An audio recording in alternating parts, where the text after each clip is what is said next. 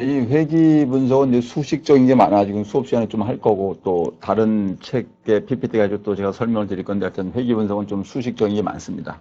하여튼 회귀선에 대한 가정은 제가 이제 분사무소의 가정과 비슷하다고 설명을 드렸고, 여러분은 뭐 그런 걸 다 아셔도 되는데, 이제 우리가 기본적으로 SBS 통계를 하니까 SBS 결과를 가지고 뭐 보면 됩니다. 잔차라는 건 이제 밑에죠. 그러니까 실제 예측이나 실제차 예측치를 하고 차이. 잔차에 대한 가정도 있다. 잔차는 전부 다 해서 제로라고 한다. 잔차의 합이 다 제로라고 한다. 뭐 이건 뭐 됐고. 하나의 직선 회기, 그런데 그렇게 보면 우리는 일단 회기사 모집단 회기사, 그러니까 모집단의 회기선이라는 게 뭐냐면 모집단이 있는데 모집단은 우리가 알 수는 없죠. 모집단의 회기선이 있을 거고 샘플을 거기서 뽑아. 샘플을 뽑아. 그러니까 모집단이 대한민국 3천만 명의 스마트폰을 쓰는 사람이요. 거기서 예서 3,000명을 뽑아. 3천만 명 중에 3,000명을 뽑아. 10,000명 중에 한 명씩. 그 3,000명에 대해서 우리가 리그레션 라인을 그리면 모집단에 있는 회기선을 반영을 한다고 추정을 하는 겁니다. 근데 실제 모집단은 뭘 알 수가 없고, 여기 결정계수 나오죠? R제곱. R제곱이라고 결정것은 0부터 1까지 간다. 제가 아까 우리 앞배식에서 R제곱 0.413인가 했죠. 뭐 0.4 정도. 0.4도 괜찮은 겁니다. 그 정도 나왔다. 결정계수는 여기 맨 밑에가 중요한 겁니다. 따라 하십시오. 결정계수는 높으면 높을수록 좋다. 결정계수는 높으면 높을수록 좋다는 겁니다.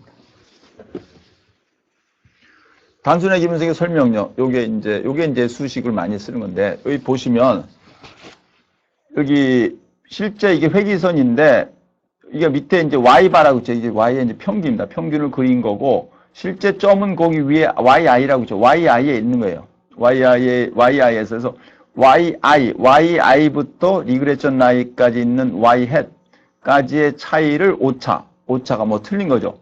위에 YI에서 햇가 예측이죠. YI 빼기 Y 햇이 오차고, 그 다음에 Y 햇 빼기 Y 바가 설명이 된 겁니다. 설명. 그래서 그거의 자승을 전부 하면 결정계수가 되는 거죠. 그래서 위에 부분보다 아랫 부분이 더 크면, 아랫부분이 크면 클수록 더 잘 된 거고, 위에 부분이 많으면 좀 잘못된 리그레션 라인이죠.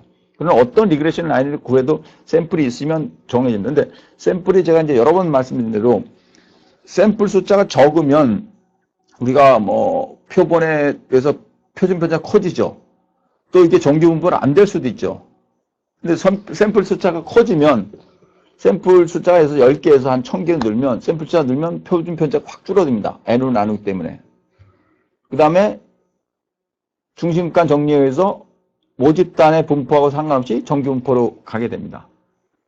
그리고 이제 크게 되면, 지금 샘플이 크게 한 1000개가 되면 이 밑에 부분, Y 햇 빼기 Y 바의 부분이 점점 커집니다. 그래서 설명력이 늘어납니다. 중회귀 분석은 2개 이상의, 독립변수가 2개 이상일 경우다. 독립변수들은 서로 관계가 없어요. 다 중요한 겁니다. 2개 이상이. 그러니까 Y equals X1 플러스 X2 했을 때 플러스 에라가 되겠죠. 코이피션트가 되겠죠. 슬로프, 계수. 그러면 Y와 X1과의 관계가 있고, Y와 X2와의 관계가 있는데, X1과 X2는 서로 관계가 없어야 됩니다. X1과 X2는 관계가 없는 식으로 해서, 독립변수와 종속변수가 개별적으로 관계가 있어야 됩니다. 상관이 없는 걸 골라서 쓰고, 독립변수를 상관이 있는 것이 있으면 요인 분석을 해서 쓴다. 이 밑에 있죠. 여기 이제 요겁니다. 요거 지금 SPSS 지금 아웃풋 테이블이고, 요게 이제 아노바 테이블인데, 요거가 이제 시험 문제도 나오고 여러분이 해석도 하고, 그러니까 요거 지금 먼저 찍으시고 잠깐 시간을 드릴 테니까 먼저 이렇게 읽어보십시오. 뭔가.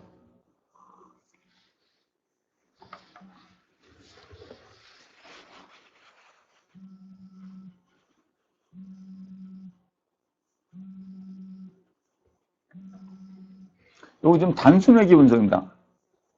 종속변수 맨 밑에 보시면 A 종속변수 1마일 속도입니다. 1마일 속도가 종속변수고 독립변수는 뭡니까? 거기 근력이라고 있죠.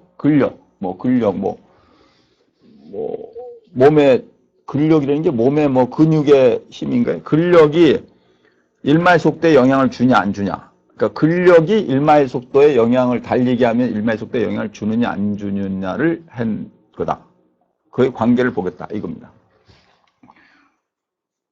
여기 보시면 진입 제거된 변수, 근력이 들어가고 일말 속도가 결정이 났죠. 거기 보시면 R 제곱이 얼마입니까? 0.198이죠. 0.198. R이 얼마입니까? 0.445. 0.445. 0.445 곱하기 0.445 해보세요. 얼마 나오나? 0.198이 나오죠. 그럼 0.445는 뭐냐? 그는 근력과 일말 속도 간의 관계입니다. 상관계수입니다. 상관계수. 그냥 R. 상관계수. R제곱 뭐냐? 상관계수를 제곱한 게 R제곱입니다. 그게 결정계수라는 얘기입니다. 오케이? 제가 한번 그런 얘기 했죠. 단순 회귀분석, 독립변수가 하나이고 종속변수 하나일 때는 단순 회귀분석은 결과가 상관분석과 동일하다. 동일한 겁니다. 동일한 거죠. 여기 보시면 이제 회귀 모형에 가시면 제곱합이 있고 자유도가 있습니다. 제곱합. 이게 분산 분석에도 그랬죠. 집단 간 분산의 제곱합을 하고 그 자유도로 나누고 집단 내 분산의 제곱합을 하고 그걸 자유도로 나누고 그걸 또 서로 나누고 이랬죠. 여기 보시면 27667.315에 거기 보면 옆에 자유도가 1이야. 왜 하나입니까? 변수가 두 개지. 상수하고 근력인데 거기서 n-1니까 하나지. 실제는 하나지. 근력이. 그 다음에 합계는 29입니다. 왜 이 29에는 전체 자유도의 합계가 29야? 그럼 뭡니까? 샘플이 몇 개는 얘기입니까? 30개는 얘기네. 30 빼기 2라니까 29죠. 그럼 28, 잔차의 28은 뭡니까? 29 빼기 1이니까 28이 나온 거죠. 그 다음에 평균 제곱은 어떻게 나왔습니까? 제곱합 나누기 자유도 27667.315 나누기 1에서 27667.315 나오고 그 다음에 112244.552 나누기 28에서 4008.734 나온 겁니다. 그렇게 됩니다. 그 F값이 뭐냐? F값입니다. F에서 F는 그 분자가 있고 분모가 있고 자유도가 있고 값이 나오는데 F가 어떻게 나온 거예요? 6.902 어떻게 나왔겠습니까?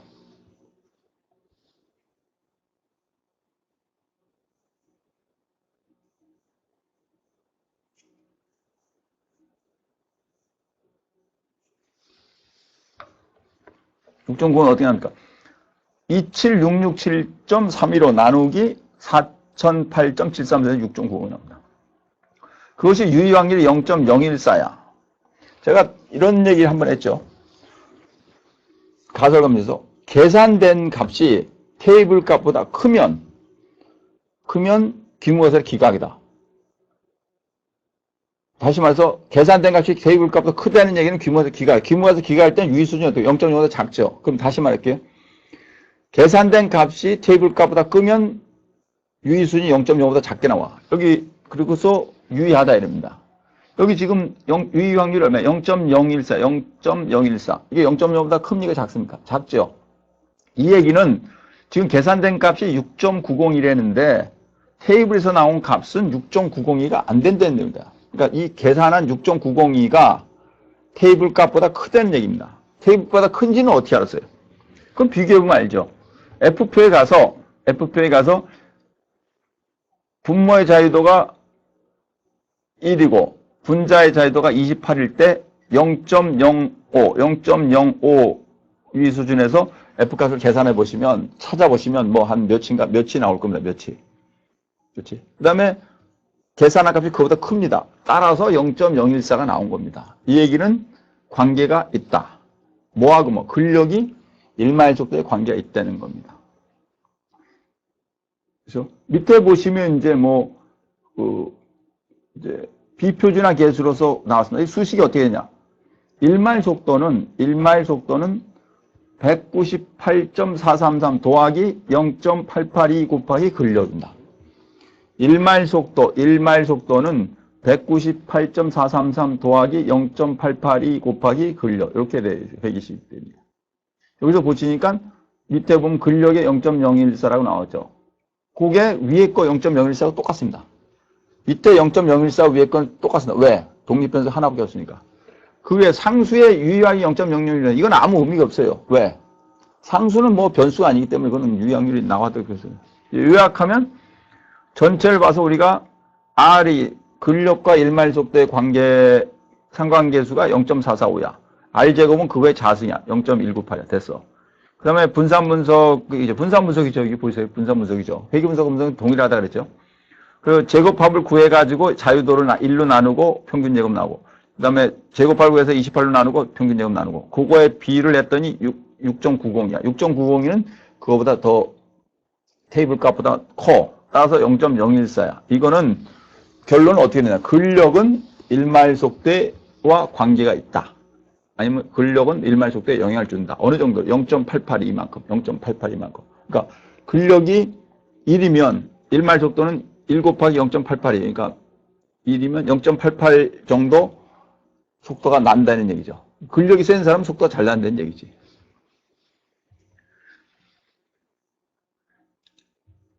여기까지 한 겁니다. 그래서 일단 이제 뭐 10장까지 우리 이건 다 끝났고, 우리 제가 그 황 박사님하고 쓴 이제 그거는 끝났고, 지금 뭐 한 열 몇 번 했으니까 한 14번 정도 해서 끝났고, 한 6번 정도 남았는데, 6번, 7번 남았는데, 6번, 7번 남은 것들은 저희가 이제 요 추가적으로 우리 책이 없는 거, 우리 책은 이제 이론과 그쪽에 설명이 많고, 다른 책들은 이론과 그런 게 별로 없이 잘 어려운 것들인데, 그 중에서 일부를 한 거를 설명을 드렸습니다. 요거는 이제 뭐 경기대학교 교수님이 만든 책에 있는 겁니다. 그 내용에 이제 이것도 제가 부교재로 같이 쓰면서 이제 앙케이트라는데 이게 설문지를 그냥 앙케이트라 그랬는데 퀘셔너는 앙케이트라는데 이거는 뭐 우리가 쓰는 건 아니고 마케팅 조사에서 쓰는 거고 여기서는 그냥 보통 우리는 2차제로 가지고 한다 했을 때 2차제로. 2차제로 뭡니까? 세컨더리 데이터는 뭡니까? 남들이 다른 목적을 위해서 구한 것이고 싸고 그 대신 부정확하다. 1차제로가 설문지인데 설문지는 우리가 우리 목적을 위해서 만든 거고 좀 비용이 많이 들고 정확하다. 그런 겁니다. 2차 자료도 이런 게 있고 1차 자료도 있고 있습니다. 일단 척도 제가 중요하다고 했죠. 노미널, 오디널, 인터벌 레이시 아주 중요한 거 시험에도 나오고 경기대학 교수님 여기도 있죠. 명목, 서열 척도, 순서 척도, 간격 척도, 등간 척도, 비율 척도 이렇게 4가지가 중요한 겁니다. 이건 설명했고 질적 데이터는 명목과 순서 척도고 양적 데이터는 간격과 비율 척도 그 얘기입니다. 제가 T테스트, 분산 분석, 뭐 상관 분석, 회귀 분석할 때는 전부 간격 척도, 양적 데이터를 쓰라 했고 등간 여기서 이제 간격이 등간인데 그거 이상 쓰라 했고 교차 분석만 이제 질적 데이터를 쓰라 했죠. 노미널. 질적 데이터는 뭐 이런 거다. 이건 이제 여러분이 아는 거고 이제 뭐 다 알았고 여기 보시면 사칭 연산이 가능하다. 평균이 계산이 가능하다는 거예요. 이거 이제 여러분이 다른 교수님이 쓴 책은 동일한 문제를 어떻게 보고 있는가 그걸 이제 아시면 되는 겁니다. 여기 데이터 입력, 이제 SPSS, 여기 데이터 쭉 입력을 했죠, 이렇게. 쭉. 그렇죠? 이거는 어떻게 하는가? 여러분 2차 자료를 가지고 이제 인터넷에 다운받아서 그걸 엑셀에 쫙 놔. 그 다음에 그거를 SPSS 엑셀 파일을 불러들이면 됩니다. 엑셀. 마이크로소프트가 만든 엑셀을 그 SPSS가 IBM 거죠. IBM이 SPSS가 그걸 불러들이면 이렇게 쭉 나오는 겁니다. 이게 이제 주로 한글로 되고 변수 이름이 영어로 나오는데 영어를 한국말로 할 수도 있고 이걸 가지고 이제 우리는 분석을 하는 겁니다. 그래서 차이와 관계 분석을 보게 됩니다. 이 분할표, 이게 이제 그, 기본적으로 이제 저번에 제 크로스텝 할 때 쓰는 건데, 남자가 700이고, 400이고, 300이고, 500이고 해서 여성 있죠. 그럼 이쪽, 오른쪽, 럭비 하는 사람이 전부 1100명이죠. 탁구 하는 사람이 900명이죠. 합하면 2000명이죠. 2000명. 그죠?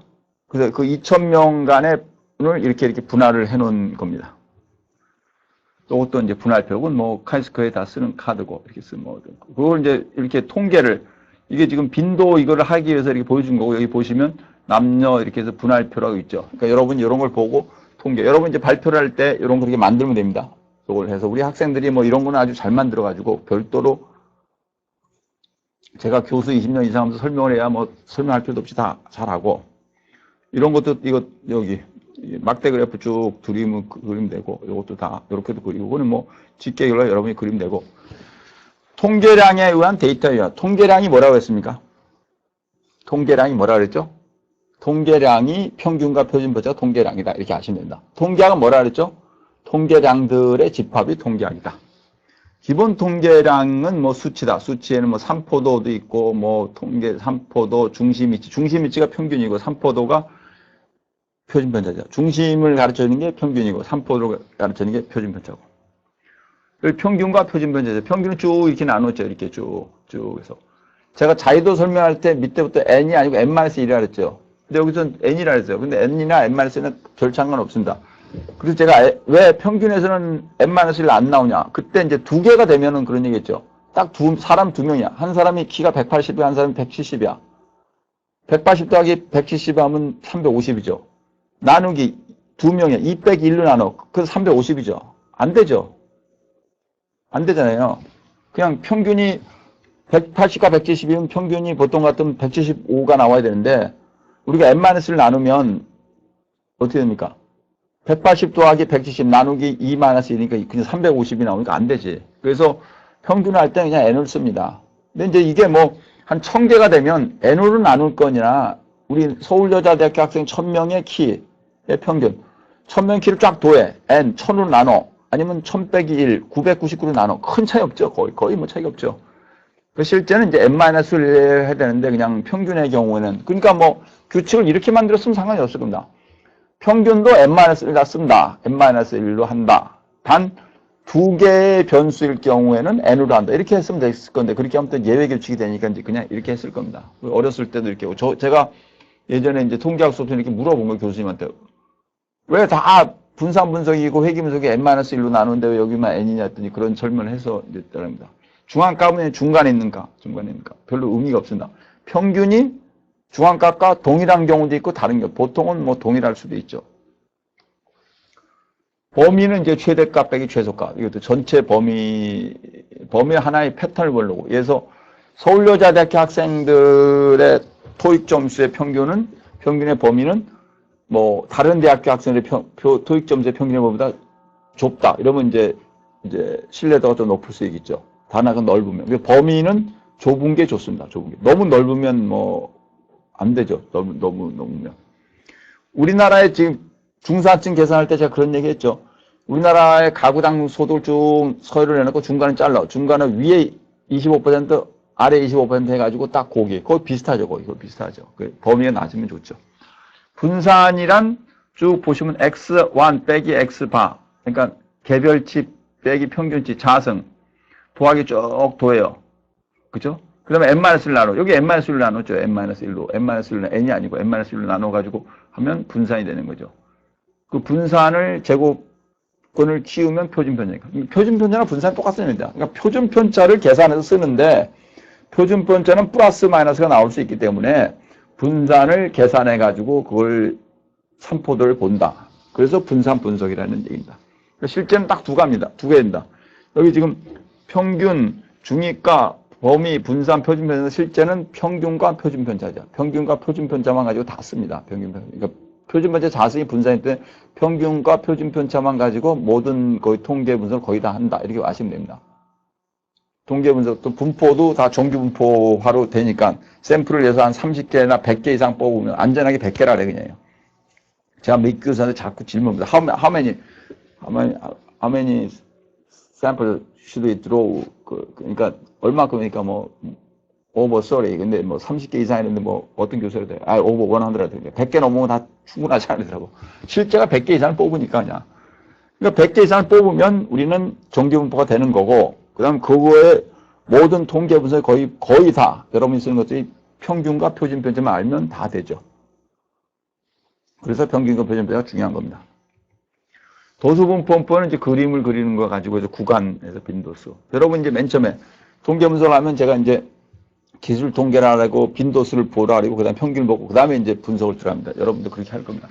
여기 쭉 해서 간격분을 하는 거. 이건 뭐 여러분이 다 하시면 되고. 백분위 수는 위부터 아래로. 그래서 25, 70으로 해서 백분위 수가 있습니다. 히스토그램 그림 그린 거. 히스토그램 산포도, 분포의 형태, 크게 차이가 나는 뭐 이런 걸 봐봅시다. 요거죠. 이렇게 쭉. 요게 지금, 요거는 이제 설명을 좀 해야겠습니다. 제가 분포에는 이제 디스크리트, 이산 분포와 컨티뉴스 연속이 있다 해서 둘은 다 연속을 쓰죠. 그래프식으로. 이산은 잘라 있는 거고. 여기 보시면 히스토그램 쭉 그렸어요. 그리고 중간 여기 보시면 이제 딱 아닌데 막대기 쓰는 거 막대기 중간을 다 연결해야 됩니다. 딱 꼭대기가 이렇게 있으면 가운데. 그 막대기를 쭉 연결했더니 이게 정규분포돼. 곡선이 지금 정규분포 형태죠. 실제는 정규분포인데. 근데 이거 교수님 정규분포 아니면 삐쩍 나오고 그러죠. 실제 그렇죠. 근데 더 많이 뽑아보시면 이게 정규분포식으로 갑니다. 해보세요. 거의 다 그래요. 서울여대 학생들 GPA 뽑아보면 거의 다 중간이 가운데고 쫙 옆으로 가고 거의 다 키, 몸무게, 뭐 시력 다 거의 다. 그렇게 된다. 그래서 이렇게 정규분포는 가운데가 볼록하고 양옆으로 가고 양옆에 담은 안 된다. 여기 그림을 잘못 그렸는데 마이너스 무한대하고 플러스 무한대 담은 안 되고 쭉 끝까지 가야 된다. 회기선에서도 보면 통계학 할 때 보면 직선을 내리면 최소상표 직선을 내리면 이게 회기선의 수직으로 내려야 하는데 밑으로 내리는 분도 있고 통계학을 잘 그렇게 하면 안 되고 회기선의 직선으로 내려야 됩니다. 90도 각도로. 여기 양쪽으로 쭉 퍼져가지고 뭐 이게 정규분포죠. 이 정규분포가 인쇄상에서 가장 많이 쓰는 거예요. 2, 3분포는 이제 이항분포, 뭐 동전 던지면 앞이 나오고 뒤가 나오는데 그런데 그런 거 잘 안 쓰고 우리는 정규분포. 저는 어려운 통계학을 여러분에게 쉽게 말씀드리려고 우리가 쓰는 것만 주로 설명을 드립니다. 또 나머지는 또 다음 동영상에서